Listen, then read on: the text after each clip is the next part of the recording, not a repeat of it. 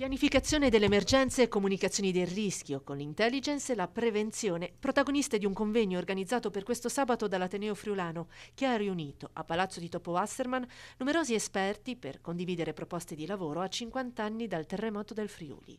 Un incontro concretizzato nell'ambito del Master in Intelligence and Emerging Technologies, nel quale si è anche approfondito il ruolo dell'intelligence intesa come capacità di raccolta, analisi e interpretazione di informazioni strategiche. Qui vengono presentate delle linee di ricerca che ci dovrebbero aiutare a mitigare il rischio in futuro, fondate però su un'esperienza che qui è molto profonda e sentita. Quali sono le principali novità, gli sviluppi su cui formare e continuare a fare ricerca? In questo caso un'applicazione ragionata e calibrata delle nuove tecnologie. Penso che tutte queste occasioni di approfondimento non possono altro che consentirci di lavorare per migliorare le nostre procedure, le nostre scelte, i nostri investimenti, il nostro modo di comportarci.